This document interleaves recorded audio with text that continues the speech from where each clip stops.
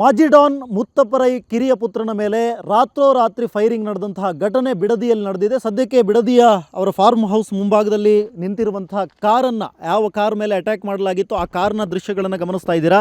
Fortuner car KA 53 MC 7128 ನೋಂದಣಿ ಸಂಖ್ಯೆ ಇರುವಂಥ ಈ ಒಂದು ಕಾರ್ನ ಮುಖಾಂತರವಾಗಿ ಪಕ್ಕದಲ್ಲಿ ಅವರ ಫಾರ್ಮ್ ಹೌಸ್ ಇದೆ. ಅವರ ಫಾರ್ಮ್ ಹೌಸ್ನಿಂದ ರಿಕ್ಕಿ ರಾಯ್ ಅವರು ರಾತ್ರಿ ಸುಮಾರು 1 ಗಂಟೆಯ ಸುಮಾರಿಗೆ ಈ ಕಾರ್ನ ಮುಖಾಂತರವಾಗಿ ಬೆಂಗಳೂರಿನಲ್ಲಿರುವಂಥ ಸದಾಶಿವನಗರದ ಅವರ ಮನೆಗೆ ಹೊರಟಿದ್ರು. ಈ ಸದಾಶಿವನಗರದ ಮನೆಗೆ ಹೊರಟಂಥ ಸಂದರ್ಭದಲ್ಲಿ ಆಗಂತುಕರು ಅವ್ರ ಮೇಲೆ ದಾಳಿಯನ್ನು ಮಾಡುವಂಥ ಒಂದು ಸಂಚನ್ನು ಮಾಡಿದರು. ಇದು 2-3 ಸಲ ಅವರು ಈ ಸಂದರ್ಭದಲ್ಲಿ ಯಾವುದೋ ಒಂದು ವಸ್ತುವನ್ನು ಮರೆತಂಥ ಹಿನ್ನೆಲೆಯಲ್ಲಿ ಅರ್ಧ ಗಂಟೆಗೂ ಮುಂಚೆ ಮನೆಯಿಂದ ಹೊರಟಿದ್ದವರು ಮತ್ತೆ ವಾಪಸ್ ಮನೆಗೆ ಬಂದು ಆ ಒಂದು ಏನೋ ವಸ್ತುವನ್ನು ತೆಗೆದುಕೊಂಡು ವಾಪಸ್ ಸದಾಶಿವನಗರದ ಮನೆಗೆ ಹೋಗ್ತಾ ಇದ್ರು ಅನ್ನುವಂಥ ಮಾಹಿತಿ ಸದ್ಯಕ್ಕೆ ದೊರಕ್ತಾ ಇದೆ.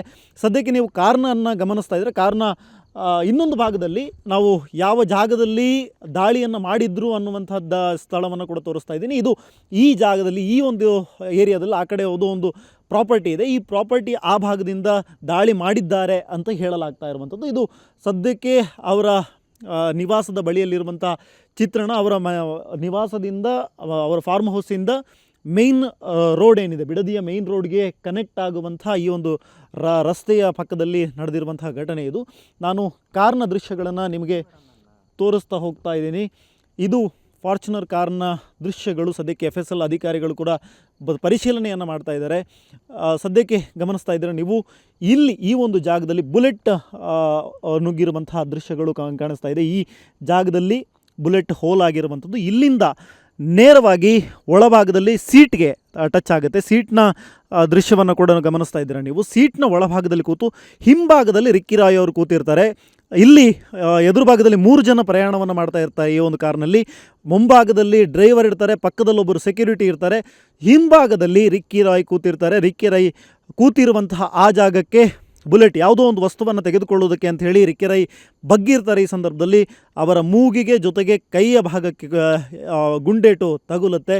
ಈ ಒಂದು ಸಂದರ್ಭದಲ್ಲಿ ಈ ಒಂದು ಜಾಗದಲ್ಲಿ ಕಾರನ್ನು ನಿಲ್ಲಿಸಿ ಕೂಡಲೇ ಪೊಲೀಸರಿಗೆ ಮಾಹಿತಿಯನ್ನು ಕೊಡ್ತಾರೆ, ತಮ್ಮ ಲಾಯರಿಗೆ ಕೂಡ ಮಾಹಿತಿಯನ್ನು ಕೊಡ್ತಾರೆ.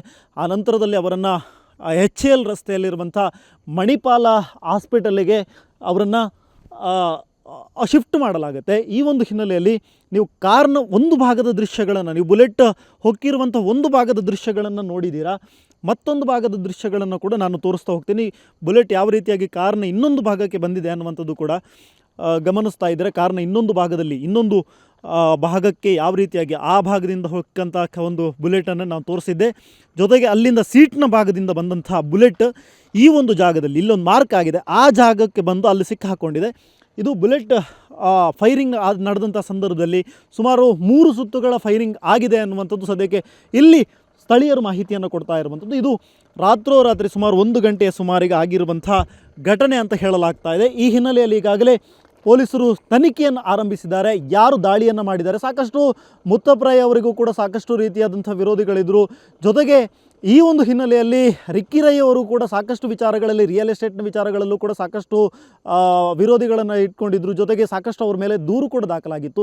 ಈ ಹಿನ್ನೆಲೆಯಲ್ಲಿ ಅವರಿಗೆ ಇದ್ದಂಥ ಯಾರಿದ್ದರು, ಅವರ ಜೊತೆಗಿನ ವೈಮನಸ್ಸಿಗೆ ಕಾರಣವಾದಂಥವ್ರು ಯಾರಿದ್ದರು, ಈ ಹಿನ್ನೆಲೆಯಲ್ಲಿ ಏನಾದರೂ ನಡೀತಾ, ರಿಯಲ್ ಎಸ್ಟೇಟಿಗೆ ಸಂಬಂಧಪಟ್ಟಂಥ ವಹಿವಾಟುಗಳಲ್ಲಿದ್ದರಿಂದ ಅದಕ್ಕೆ ಸಂಬಂಧಪಟ್ಟ ಹಾಗೆ ಏನಾದರೂ ನಡೆದಿದೆಯಾ ಅನ್ನುವಂಥ ನಿಟ್ಟಿನಲ್ಲಿ ಈಗಾಗಲೇ ತನಿಖೆ ಆರಂಭಗೊಂಡಿದೆ. ಸದ್ಯಕ್ಕೆ ಇದು ರಿಕ್ಕಿ ರಾಯ್ ಮೇಲೆ ನಡೆದಿರುವಂಥ ದಾಳಿಯ ಒಂದು ಸ್ಥಳದ ಚಿತ್ರಣ. ಕ್ಯಾಮರಾ ಪರ್ಸನ್ ಸತ್ಯ ಜೊತೆ ಸ್ವಸ್ತಿಕ್ ಕನ್ಯಾಡಿ, ಏಷ್ಯಾನೆಟ್ ಸುವರ್ಣ ನ್ಯೂಸ್, ಬೆಂಗಳೂರು.